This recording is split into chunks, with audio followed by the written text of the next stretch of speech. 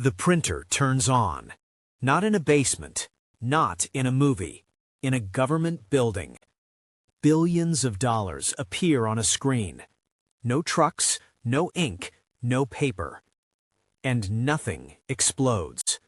No instant inflation, no collapse, no Weimar-style chaos.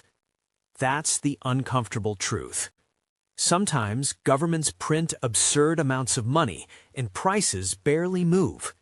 Which sounds impossible because you were told something very simple. Print money, prices go up. Always. Except reality didn't get the memo. After 2008, the U.S. created over $4 trillion. Inflation stayed low for years. After 2020, it printed even more. Inflation slept, then suddenly woke up angry. Same action, different outcome.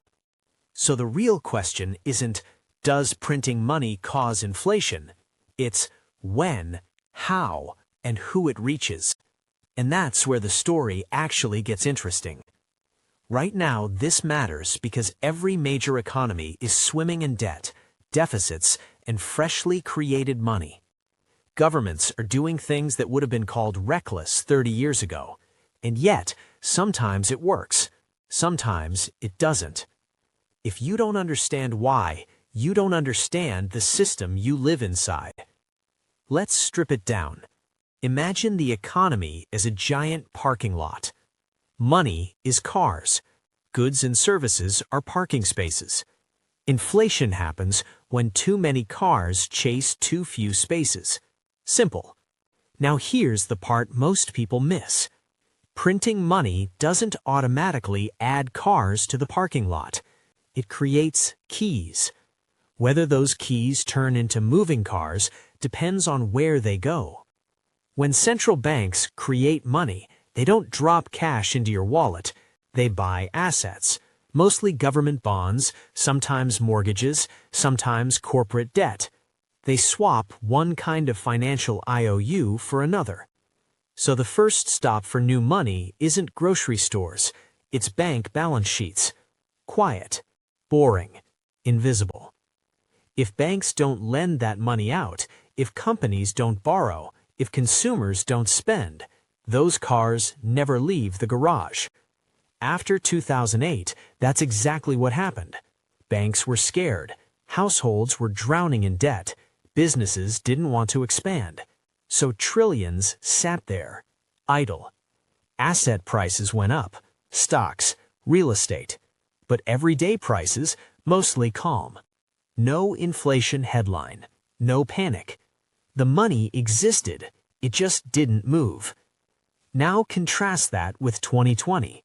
This time, the keys went straight to people. Stimulus checks, expanded unemployment, business grants, emergency loans forgiven. Money skipped the banks, skipped hesitation, went directly into spending. At the same time, the parking lot shrank. Factories shut down, shipping stalled, workers stayed home. Fewer spaces, more cars. That's when inflation shows up. Not because money was printed, but because money met real-world limits. This is the uncomfortable math. Inflation isn't about money quantity alone, it's about money speed in real capacity.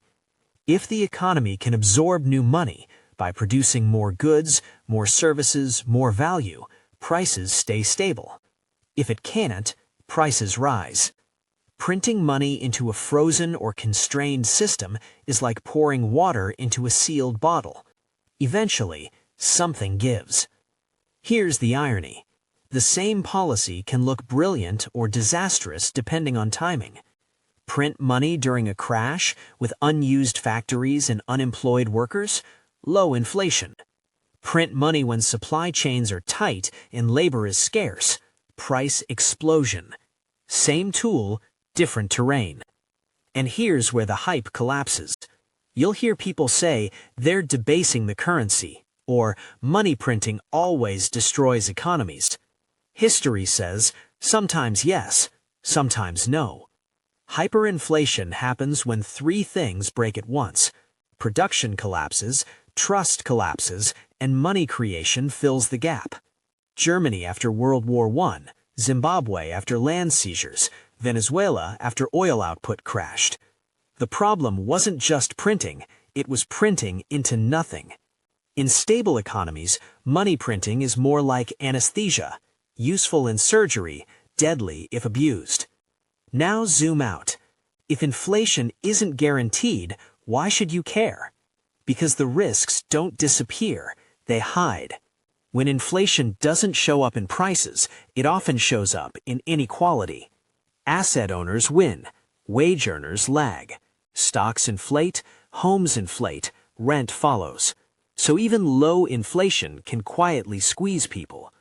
And when inflation finally arrives, central banks panic. Rates go up, debt gets expensive, recessions follow. The bill always comes due, just not on schedule. This is the part no one likes to say out loud. Modern economies run on controlled instability. Enough money creation to keep things moving, not enough to blow the system up. It's not science, it's judgment. And sometimes they get it wrong. So next time you hear they're printing money, don't ask if inflation is coming. Ask, where is the money going? Who is receiving it first? And can the real economy actually handle it?